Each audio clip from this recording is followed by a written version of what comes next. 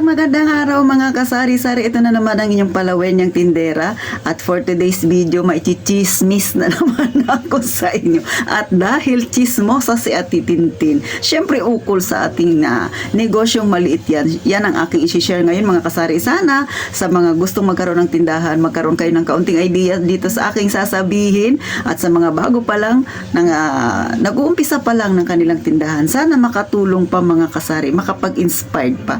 At syempre sa mga datihang may tindahan, go lang, fight lang tayo mga kasari. Sana maalala ninyo kung paano kayo nagsimula at mas madagdagan pa ang inspirasyon para lalong magpatuloy kahit na marami tayong ups and down mga kasari.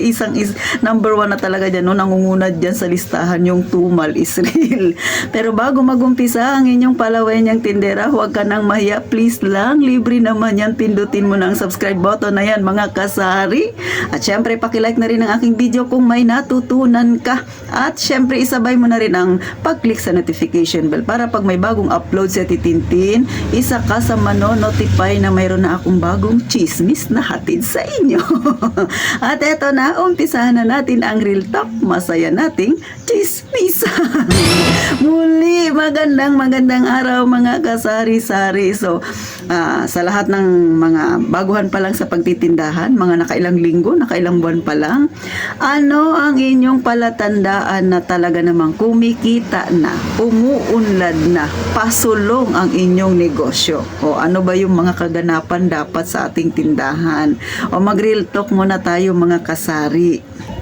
So, bilang isang may tindahan mga kasari, no, baka lalo na yung nagsimula siguro dyan na maliit yung kanilang kapital. At itin, parang nalulungkot naman ako kasi kaunti yung laman ng aking tindahan. Alam mo mga kasari, huwag kang mag-focus dyan sa kaunti, no?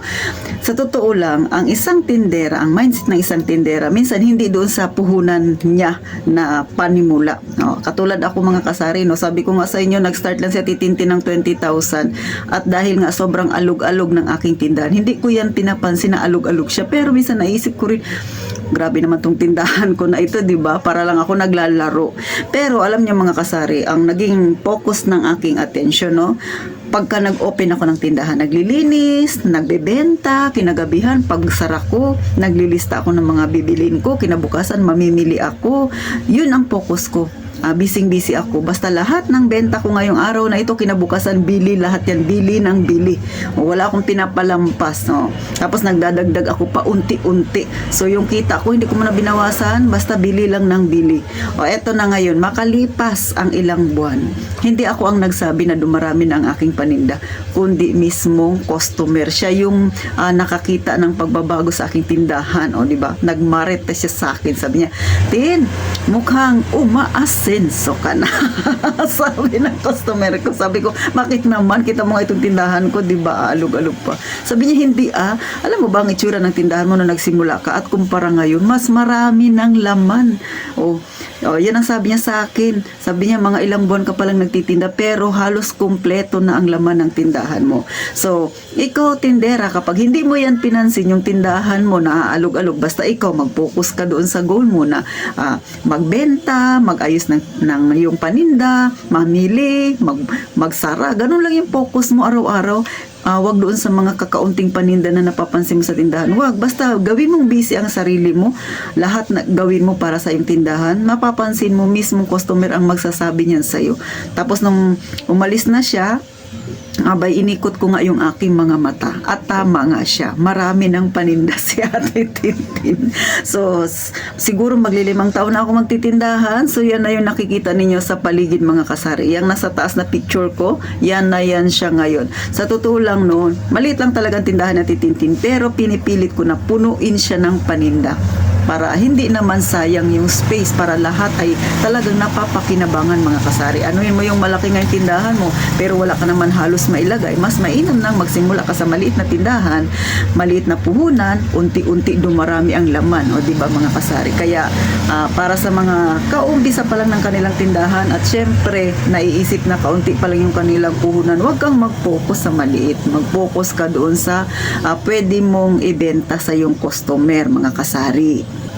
Next, syempre, palatandaan na umuunlad na ang iyong tindahan, mas parati ka nang namimili, mas dumarami na yung mga panindang binibili mo. O kasi nga, gusto mo mas marami kang mai-offer kay customer. At syempre, na-identify mo na yung fast moving mo at slow moving. Ikaw, Sisi, na nakailang linggo pa lang sa pagtitindahan, nararamdaman mo na ba yung ganyan? Kapag ramdam mo na yung dalawang sinyalis na sinasabi ni Ate Tintin, nasa tama ka o napaghawak ng yung pera. Kaya congratulations sa iyo. Lalo na yung mga ilang linggo pa lang nag-uumpisa, tapos nakikita mo, nagsasabi yung customer mo, o kaya kahit ikaw napapansin mo, ay, marami na laman ang tindahan ko.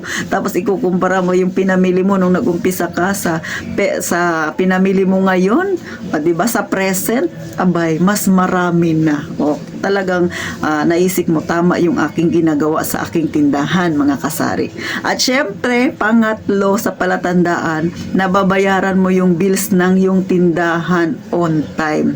O, di ba? Meron ka na kagad na itatabi kasi nga hindi ka na gaya ng dati na kapa kung saan ka kukuha. Dahil nga ang tindahan mo unti-unti nang nakakabangon. O, mga kasari, yan ang pangatlong palatandaan. At syempre, pang-apat na palatandaan na gustong-gusto ng lahat kahit wala silang negosyo. Nagkakaumpisa ng madagdagan ang kanilang ipon. Bagamat hindi man marami, pero napapansin nila parami ng parami. At isa yan sa palatandaan talaga na ang iyong pagdadala ng iyong maliit na tindahan ay pasulong. Huwag lang paurong, Sisi, please lang. Kasi pag yung apat na yan na sinasabi ko ay kabaliktaran sa nangyayari sa iyong tindahan, hindi yan pasulong, hindi yan paunlad, paurong yang nangyayari sa tindahan mo. Kaya sa lahat ng may tindahan, lalo na yung kauumpisa pa lang, at itong apat na senyales ay ramdam na ramdam mo kahit 2 buwan ka pa lang na nagtitindahan. Saludo sa iyo, mga kasari. Magaling kang humawak ng iyong maliit na negosyo. So sa lahat ng may negosyo na kaumpisa pa lang, sana maka-inspired sa inyo, mga kasari. Basta laging bilhin at titintin, lalo na sa mga nag-umpisa sa maliit na kapital. Huwag mong pansinin na maliit ka nag-umpisa. Ang pansinin mo, yung kita mo araw-araw, kung ano pa yung maidadagdag mo sa iyong tindahan. Ibili ng ibili ang mga ang kinita ng iyong tindahan. O, diba? Ibili ng ibili ang buong maghapong benta ng iyong tindahan. Huwag mo munang bawasan para syempre mas mapabilis mong mapalago, mga kasari. So hanggang dito na lang si Ate Tintin. Sana kahit papano ay meron kayong natutunan, lalo na yung gustong mag-umpisa ng ganitong larangan na negosyo, mga kasari. Hindi man madali ang pinagdadaanan ng isang may tindahan, pero alam ko kikita ka at kayang-kaya mo yan. So paano magkita tayo sa susunod na vlog na Titintin, at sana wag kayong magsawang manood, at sa lahat ng subscriber na Titintin, thank you ng marami. So muli, kung may gusto kayong topic na gusto ninyong i-share at gusto ninyong pag-usapan natin, huwag mahihiyang i-comment yan sa comment section. Gagawa natin ng paraan para ma-topic natin, mga kasari. At syempre, sa lahat ng gustong ma-shout out, mag-comment kayo dyan sa baba, mga kasari. No? Pagka may time si Ate Tintin, isa-shout out na natin. Kung makakaya ko, no, araw-araw na akong mag-shout out doon sa mga mahilig mag-comment. So, paano? Gaya nga ng palagi kong sinasabi, mag-iingat tayong palagi, mga kasari.